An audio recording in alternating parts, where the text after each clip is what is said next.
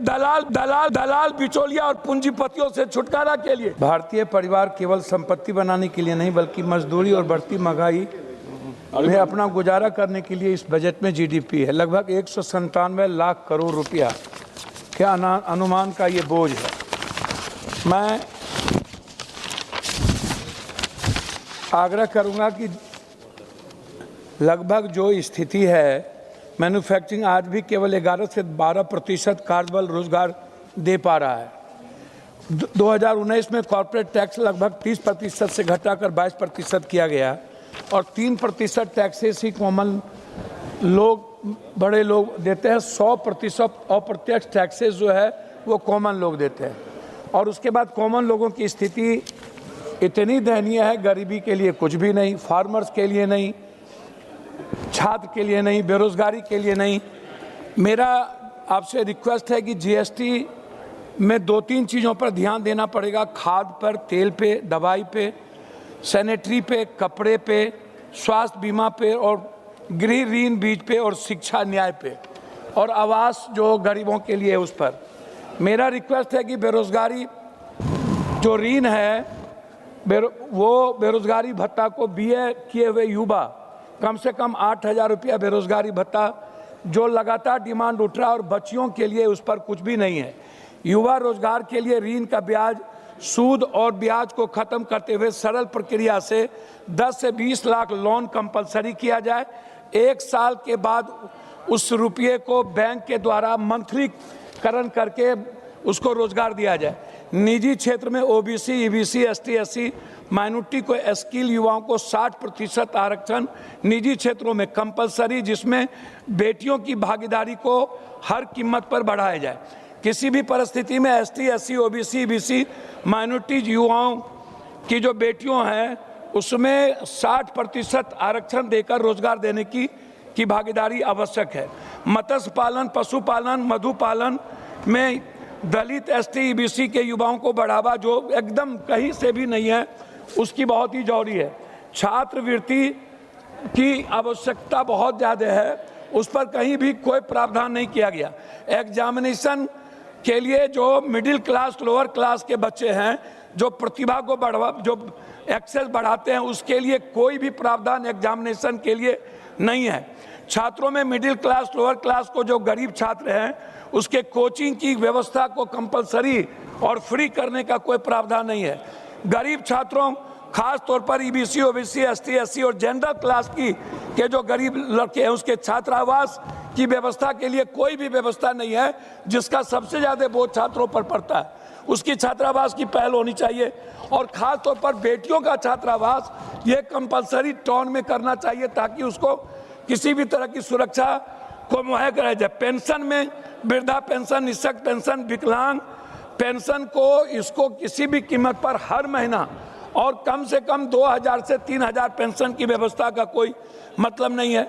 तीसरी चीज़, गरीबी में 5 डिसमिल से 3 डिसमिल जमीन देने की जो प्रावधान था दलित, एसटी, एससी, ईबीसी को, वो कहीं भी नहीं है। गरीब आवास जो शुरू में यह कहा गया था कि जो गरीब लोग हैं उसके लिए बिजली मिनिमम रियायत ही नहीं, बहुत मिनिमम किया जाएगा, पानी शुद्ध, उस पर भी कोई प्रावधान नहीं है। मजदूरों को महीने में कम से कम 25 दिन मजदूरी के लिए यदि आप 400 रुपया प्रत्येक दिन या 600 रुपया नहीं करते हैं और कंपलसरी मनरेगा तो लगभग खत्म हो गया, मनरेगा पर कोई चर्चा होती नहीं है। मनरेगा को आप उसको सही तरीके से जॉब कार्ड के आधार पर हर कीमत पर मजदूरी दिया जाए, नहीं तो 9,000 रुपया मजदूरों को मासिक। दूसरी चीज, खाद और किसानों, अभी हमारे तरफ सीमांचल में मैडम सीमांचल में हमारा जो पूर्णिया है, सीमांचल है, कोसी है, वो बाढ़ का इलाका है। वो स्थिति, साइक्लोन आया, बारिश आया, पूरा का पूरा मक्का मैडम खत्म हो गया। उसका कोई प्रावधान किसानों को मक्का या अन्य फसल जो प्रावधान साइक्लोन होता है वो नहीं है। मैडम, कृषि को उद्योग का दर्जा जब तक हम प्रावधान नहीं देंगे, हम कृषि को खत्म करते जा रहे हैं। उसको उद्योग का दर्जा देने की जरूरत है।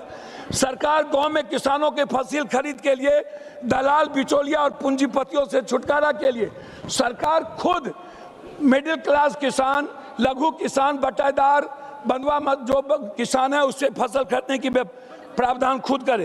प्रत्येक पंचायत में कम से, मैडम मैं उस लाइन पर तो आ रहा हूँ, प्रत्येक पंचायत में कोल्ड स्टोरेज या सेलो गोदाम की व्यवस्था हो, ताकि किसानों को, मिडिल किसानों को फसल रखने की व्यवस्था हो। मक्का, मखान, धान, दलहन, तिलहन पर किसी भी कीमत पर, जो मक्का सबसे ज्यादा भारत में सीमांचल पूर्णिया में होता है, मखान मेरे यहाँ होता है, वहां पर जब तक आप एमएसएमई के तहत आप प्रावधान 10-10 फैक्ट्रियों का नहीं देंगे मक्का पर, मखान पर, तो हम सीमांचल को नई ऊंचाई की ओर नहीं ले जाएंगे। एएमयू जो किशनगंज हमारे जीवन की सबसे महत्वपूर्ण है, एएमयू को आप इतना पीछे कर दिए हैं जिसका हिसाब नहीं, उस पर कोई इकोनॉमी का प्रावधान आपने नहीं किया है। हम आपसे लास्ट करना चाहेंगे मैडम कि लघु उद्योग, कुटीर उद्योग को दलित आदिवासी के लिए हर कीमत पर बढ़ावा दिया जाए। बिहार में चीनी मिल बंद है, खासतौर पर मधुबनी में है, गया में है, गुरारू में है, बनमनखी में है, उसके लिए कोई प्रावधान मैडम नहीं है। पटना में सेंट्रल यूनिवर्सिटी का मैडम प्रावधान नहीं किया गया। हर जिले में एग्जामिनेशन के लिए मैडम एक बड़ा एग्जामिनेशन सेंटर 2-2, 5-5 हजार विद्यार्थी को बनाने का, ताकि उस पर बोझ ना पड़े और बच्चे बाहर ना जाए एग्जामिनेशन देने के लिए, उस पर कोई प्रावधान नहीं है। आदिवासी गांव में, दलितों गांव में आदि विवाह भवन एक या हर कीमत पर सामुदायिक भवन, और खेल के लिए उसकी व्यवस्था में लास्ट कर रहा हूं मैडम। दवाई की कीमत मैडम सबसे ज्यादा हर महीना 10% बढ़ जाता है, 10 पैसा। दवाई सबसे ज्यादा गरीबी बढ़ाता है मैडम। दवाई के कारण मेरा आग्रह है, मैं लास्ट कर रहा हूं मैडम 1 मिनट में, मैं आपसे आग्रह करूंगा, यदि गरीबी खत्म करना चाहते हैं, अल्ट्रासाउंड, सीटी स्कैन, एमआरआई, इसका जो, और गरीब का जो कैंसर, ब्रेन ट्यूमर, हार्ट का जो इलाज है, इसको फ्री का प्रावधान नहीं है।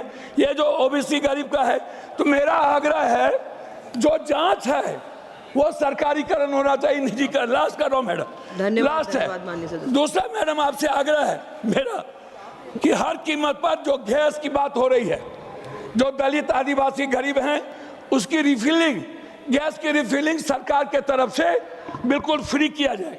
मैं नदियों के कटाव को लेकर के चिंतित हूँ। हमारे तरफ कोसी, महानंदा, कमला, गंडक, किसान, लास्ट करो मैडम, लास्ट, वो क्लियर कंप्लीट हो रहा है। आपसे आग्रह है, हाई डैम हमारे यहाँ, उसके लिए आपका कोई प्रावधान नहीं है। आपसे आग्रह है मैडम कि नियोजित संविदा पर जो आज बच्चे और करोड़, इस पर अग्निवीर को लेकर के मेरा आग्रह है कि संविदा जैसी, नियोजित जैसी चीजों को खत्म करने का प्रावधान हो, कंपलसरी नौकरी का प्रावधान हो।